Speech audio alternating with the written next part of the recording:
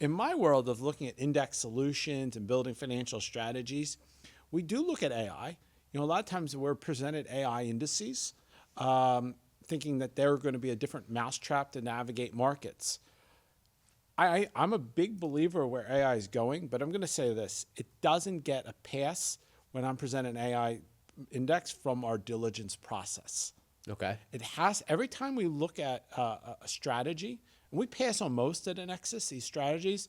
Yes, we gravitate loving working with academics, but even if it's an academic coming to us, we need to do a diligence process.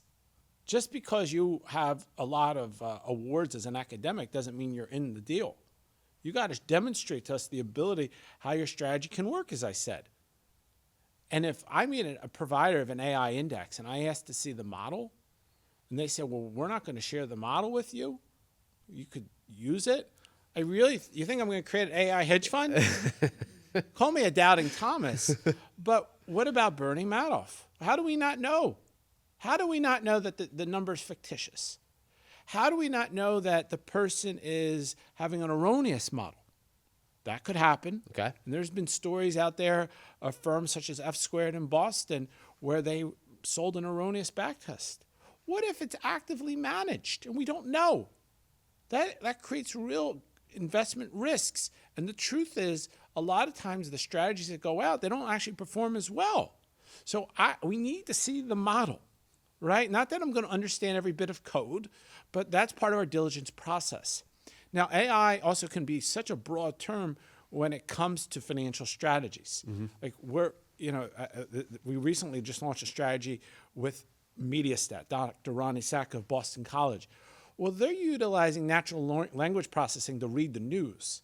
But the financial modeling of the actual implementation of picking what market to go long or short, that's actually very basic quantitative finance. And nothing too advanced, but it's the prowess of bringing in the news as the advancement. Yeah. So we also like to discern what is really AI, what is a real tool to help us further the development of our financial strategies. Two different things. Yeah, I think when I talked to our advanced resources team about it, and they wondered aloud how AI would impact their day-to-day, the overarching theme was there still needs to be a human involved in what they do because no two retirements are the same and because there's no such thing as this cookie-cutter retirement.